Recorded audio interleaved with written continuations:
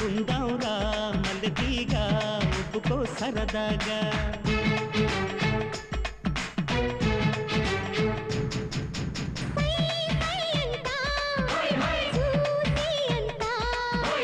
నీ సొమ్మంతా నాదేనంట